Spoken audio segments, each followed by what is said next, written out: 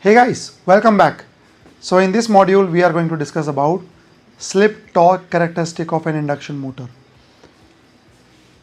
So you can pause the video and just try to understand the diagram yourself first and then we'll begin. Okay, so if you've done that, let us see what this curve is all about. So the problem right now is to clearing MEO class for all 6 writtens and 4 orals ASAP, because you cannot go on shift till the time you do that, and I understand the pressure. So right now how I can help you is, guys, please go for this MEO class for live classes that we have started. I guess there'll be amazing results awaiting you. Apart from that, if you are worried about how will you perform as a 4th year, 3rd year onboard shift, why don't you invest on 4th year, 3rd year excellence package, which is again available on Merchant EV Decoded platform. ये जितनी चीजें आप ही लोगों के लिए बनाई है, I am waiting that you achieve success and I achieve damn good results. Take it back. This y-axis is telling us the torque or current. So if I am reading torque, I will be just seeing the red curve. If I am seeing the current, then I will be seeing the green curve. On x-axis, I have got rotor speed, that means motor speed, means how fast the motor is rotating. Here motor is stopped. So this place motor is stopped, and as I go further, motor speed is increasing. This is the rated speed of motor and this is a synchronous speed. So if you have seen my previous video here, we know that my rotor is never going to achieve that speed, because this is the same speed at which rotating magnetic field is rotating, right? RMF is rotating. All right, so let's see what is happening. So first of all, this is an important point. What is the significance of this point?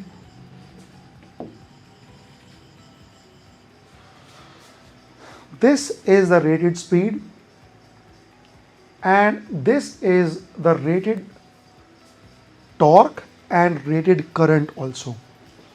That means my motor is designed to run at this speed, and when it is running at this speed, the current and the torque values are here. That means this is a rated current. It is drawing that current in this condition. Now if this condition change, what is going to happen? Let's see. So in this condition, let's say the motor is loaded. There is a load, motor is connected to pump. Pump is exerting certain load on the motor. Now let's say you decouple the pump. There is no load on the motor now. Approximately 0. But of course it can't be 0. There will be some load on the motor because of some frictions and other thing. But suddenly you will see that the motor RPM will start to increase, isn't it? So motor RPM will, when it increases, so let's say it is increasing to this point. Can it goes to NS? No, it can't. Why it can't go to NS? Because if my rotor is rotating at the same speed as RMF, there is no net flux cut. There is no net flux cut means there is no EMF induced in the rotor and there is no rotor current.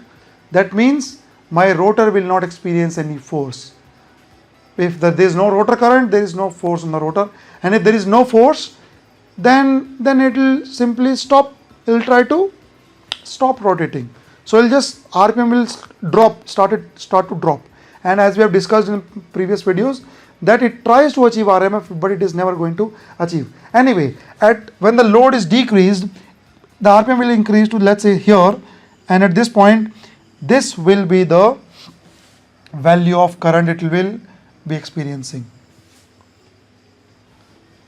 That means the torque required from the motor is reduced since the pump has decoupled. So the current will also drop because there is no load actually on the motor.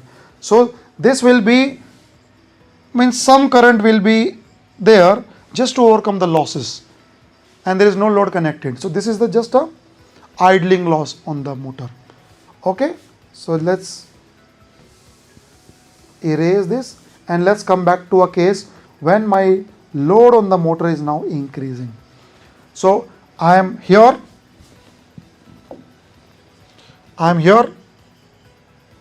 at this point, And let's say your pump is connected, but now the pump start to exert more and more load on the motor. It could be a pump or it could be any other load. Let's say you are pumping a liquid which is viscous, thick now, and when you try to pump a thick liquid or viscous liquid, then the load on the motor will increase. So let's say there is some higher load on the rotor. This could be, let's say the pump gland packing is too tight or something like this. The load is increasing. And when the load increases, what happens to the RPM? It will decrease, isn't it? So load increase and the RPM decrease. So let's say the RPM decrease to this position. And in this case, what is the torque requirement? This is the torque requirement. So my motor has readjusted itself, and instead of providing this torque, it has started to provide higher torque. You can see this is the torque it is providing now, but at this time the RPM will be slightly reduced. But it's okay, motor is okay with that, it is still providing. But what happens to the current? Let's see. So the green curve will tell me is the current value. So earlier the current was here, now the current has shifted to this position.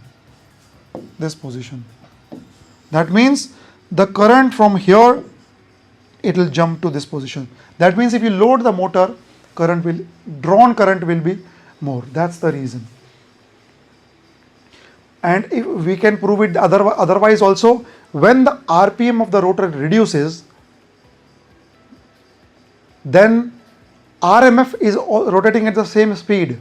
That means the more the reduction in the rotor speed will lead to more and more additional flux cut. So the flux will be cut will depend on the slip. Higher is the slip. So slip here is 0 and slip here is maximum 100% because there is no RPM at all. So slip is 0 when the rotor is rotating at same speed as RMF, but here the slip is increasing, and when the moment the slip is increasing, the current also increases. More and more flux is being cut. That's the reason. Okay. So this can go on till this point. This is a breakdown torque. That means you can load your motor to provide this much torque value, this much. So this torque value is called breakdown torque. If you apply more load than this to the motor, then motor will enter another zone, and in this zone, if any further reduction in RPM is there, then motor will not be able to provide that. So for example, let's say your load requirement remains here itself, but it will reduce the RPM and more your load requirement is here, but motor is only able to provide this. So this is what is needed, this is what you are giving. Deacceleration, motor will deaccelerate, and after this the gap continue to rise because the requirement is not dropping, but it is leading to reduction in RPM, and continuously the RPM is reducing, and this is the pull-up torque part. This is the pull-up torque. That means this is the minimum torque it can provide before the breakdown torque. So before breakdown and before this starting condition torque, this is the minimum torque it can provide. This is called pull-up torque. And again, if my load is continually higher, and this will lead to motor simply getting stopped. That means the current is still going to the motor stator, but it is not rotating, and this is called stalling. So motor will get stalled. And what is happening over here? What is the current requirement? Current requirement is really high, and this is same current when you start the motor. When you just start the motor, this is the same current it draws, which is around 6 to 8 times the normal load current. So this is like normal, like rated current, normal running may, this is the current that is required. This will be 6 to 8 times this thing, and this is okay for some few seconds. If you continue to give this high current for longer duration, then what is going to happen? It is going to produce heat, more and more heat, I square RT losses, more and more copper loss heat is generated, and it will heat copper so much that the insulation starts to melt, and once the stator coil insulation melts, it'll start to short to nearby coil, and also heat increase to so such a high value that it can burn the motor also, right? So the load should be controlled, it should not be loaded too much. Sometimes your rotor can jam because of rotor getting stuck somehow or pump getting stuck somehow. In those cases also the current withdrawn will be really high. So what is the protection? Protection is overload relay or OCR or overcurrent trips that are provided for the protection of motor. So motor protection will come into picture in these conditions. Okay, so gentlemen, I hope this part is clear, and in this picture you can see that pause and see that this is a stable region where we should run the motor and not beyond the breakdown region. So we should not operate motor and this in this condition, because it will stall the motor and it can also simply burn the motor. So that's all for now. Thank you so much. We'll see you again, and we'll discuss furthermore into AC induction motor, three-phase AC induction motor. We'll also discuss we'll discuss about the maintenance part and other things. So see you then. Bye bye.